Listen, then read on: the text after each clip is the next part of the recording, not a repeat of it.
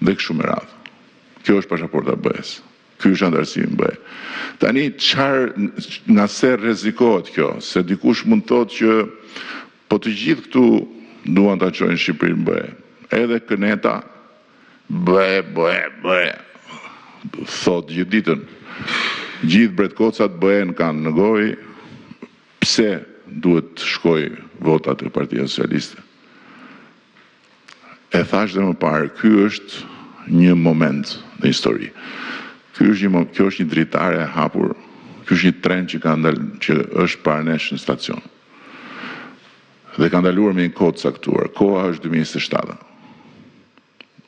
Na është pranuar dhe kemi dakordsuar që deri në fund 2027 do bëjmë negociatat. Negociatat nuk janë as komente në Facebook, nuk janë as postime në TikTok, nuk janë as analiza Roma për Toma në për klubet e natës, nuk janë as fjalime.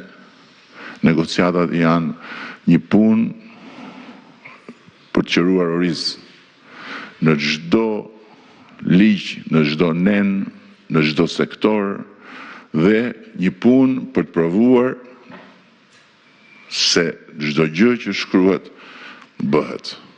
Pra janë një punë e përditshme, janë 1000 vet sot, ne jemi këtu duke folur për zgjedhjet, 1000 vet, paka shumë, janë në zyra që punojnë për negociatat.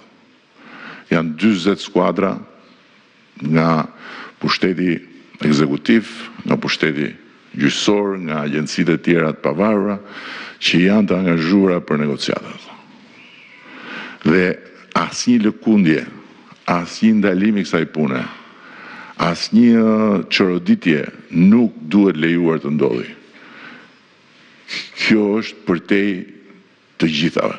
Dhe prandaj 11 maj duhet jetë vula e shumicës dërmuese shqiptarëve për t'i thënë kësaj skuadre vazhdoni punën sepse asgjë nuk lëviz, drejtimi nuk lëviz, koha shfrytëzohet minutë për minutë dhe gjërat siç janë parashikuar bëhen afat për afat. Nuk ka mundësi t'i shpjegosh Bashkimit Evropian se shiko se u bën zgjedhje dhe ka një kështu situatë, se shiko se nuk ka mundësi.